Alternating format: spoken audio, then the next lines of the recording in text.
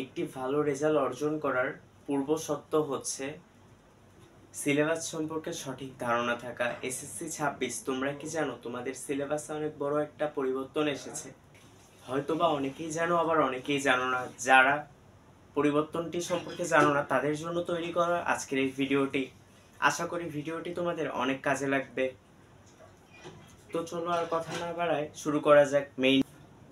তোমাদের সিলেবাসে বড় ধরনের একটা পরিবর্তন হইলেও তোমাদের পূর্ণমানে কোনো পরিবর্তন হয়নি। ইংলিশ দ্বিতীয় পত্রে তোমাদের টোটাল 100 মার্কের পরীক্ষা হবে। এর মধ্যে গ্রামেটিক্যাল পার্টে তোমাদের থাকবে 60 নম্বর এবং রিটেন পার্টে তোমাদের জন্য থাকবে 40 নম্বর। তোমাদের প্রশ্নের ক্রম থাকবে 1 থেকে 12 পর্যন্ত। এর মধ্যে 1 থেকে 9 পর্যন্ত থাকবে গ্রামেটিক্যাল অংশ এবং 10 থেকে 12 পর্যন্ত থাকবে রাইটিং পার্টের অংশ।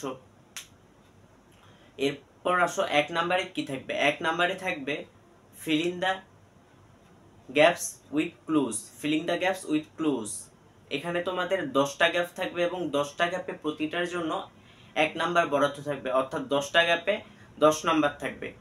তো এখন আসো তোমাদের ফিলিং দ্য গ্যাপসে ভালো করার জন্য কোন কোন বেসিক আইটেমে ভালো একটা ধারণা থাকতে হবে। এই জন্য প্রথমেই তোমাদের পার্টস অফ স্পিচে ভালো একটা ধারণা থাকতে হবে। এছাড়াও আর্টিকেল, ডিটারমাইনার্স এইসবে তোমাদের অনেক ভালো একটা দখল থাকতে হবে। তো এই সকল ক্লাস তোমরা পেয়ে যাবা কোয়ালিটেটিভ লার্নিং এর ইউটিউব চ্যানেলের বেসিক কোর্সের অংশের মধ্যে। এরপর প্রশ্ন নাম্বার 2 এ থাকবে হচ্ছে তোমাদের সাবস্টিটিউশন টেবল। এখানে তোমাদের 5টা সেন্টেন্স কমপ্লিট করতে হবে, অর্থাৎ 5টা সেন্টেন্স সাজায় লিখতে হবে। A column, B column, C column মিলে 5টা সেন্টেন্স তৈরি করতে হবে এবং এই 5টা সেন্টেন্সেও তোমাদের 5 মার্ক, অর্থাৎ প্রত্যেকটা সেন্টেন্সের জন্য তোমাদের জন্য থাকবে 1 মার্ক করে। এখন আসো এই টপিকে ভালো করার জন্য তোমাদের বেসিক কোন টপিকটা সম্পর্কে পূর্ণাঙ্গ ধারণা থাকতে হবে। এর জন্য তোমার সেন্টেন্স স্ট্রাকচার সম্পর্কে সবথেকে বেশি ধারণা থাকতে হবে।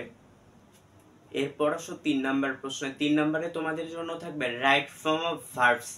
রাইট ফর্ম অফ ভার্বস একটা খুবই গুরুত্বপূর্ণ টপিক। এই টপিকটা তোমাদের একদম 6 থেকে শুরু করে এইচএসসি লেভেল পর্যন্ত প্রত্যেকটা ক্লাসেই থাকে। বিগত বছরগুলোয় এসএসসিতে 10টা গ্যাপ থাকতো এবং 10টা গ্যাপের জন্য ছিল 5 মার্ক বরাদ্দ, কিন্তু তোমাদের ভাগ্য ভালো যে তোমাদের প্রতিটা গ্যাপের জন্য 1 মার্ক করে বরাদ্দ করা হয়েছে এবং 10টায় 10 মার্ক। তাহলে তোমরা এই একটা টপিক ভালোভাবে পড়লে তুমি আগে যেখানে 5 পাইতা এখন সেখানে তুমি 10-এ 10 পাবা। তো আসলে এই যে রাইট ফর্ম অফ ভার্বসে ভালো করার জন্য তোমাকে কোন বেসিক টপিকটা সম্পর্কে বিস্তারিত ধারণা রাখতে হবে।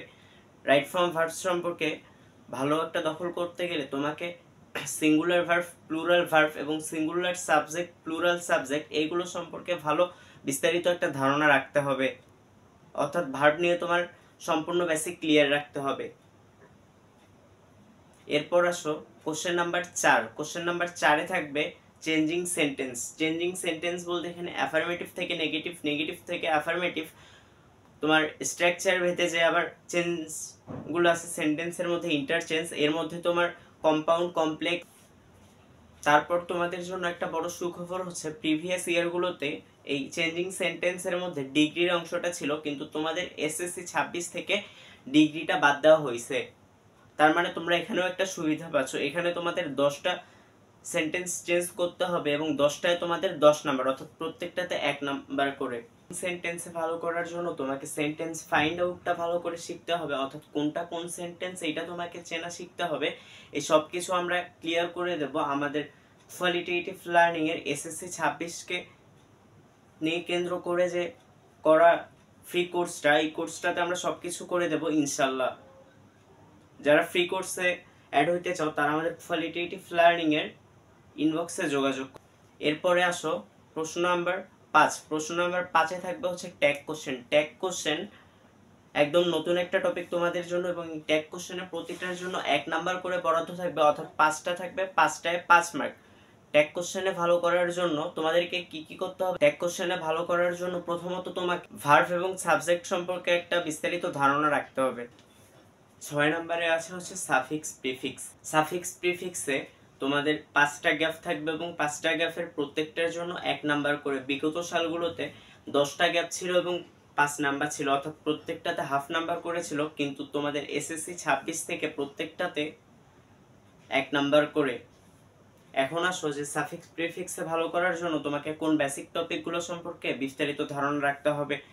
সাফিক্স প্রিফিক্সে ভালো করার জন্য তোমাকে অবশ্যই পার্টস অফ স্পিচে অনেক বেশি একটা ভালো ধারণা রাখতে হবে। ধরো তোমার হচ্ছে নাউনের ক্লাসিফিকেশন সম্পর্কে, তারপর নাউন কেমনে ফাইন্ড আউট করতে হয় এই সম্পর্কে, তোমাদের কোন সাফিক্স কোন প্রিফিক্স থাকলে নাউন হয়, অ্যাডজেক্টিভ হয়, প্রোনাউন হয়, অ্যাডভার্ব হয়, ভার্ব হয়, এগুলো সম্পর্কে তোমাকে অনেক বিস্তারিত একটা ধারণা রাখতে হবে। এই সবও তোমরা পেয়ে যাবে আমাদের কোয়ালিটেটিভ লার্নিং এর ইউটিউব চ্যানেলে।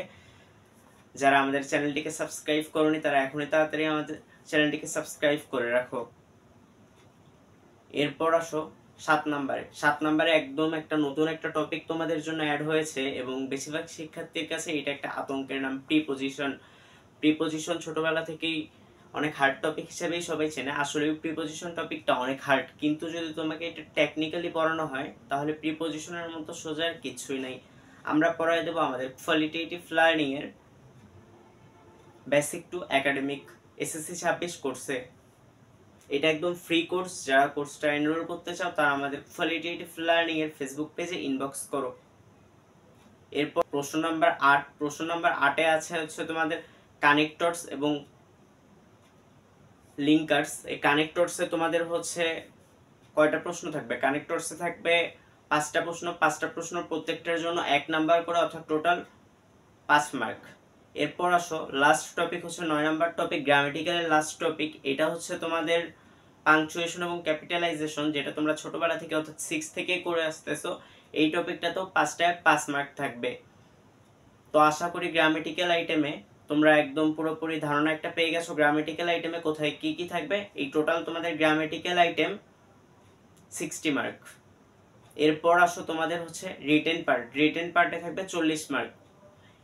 তোমাদের এসএসসি 26 থেকে রিটেন পার্টেও একটা বিপুল পরিবর্তন আসছে। চলো এই পরিবর্তন নিয়ে আলোচনা করা যাক।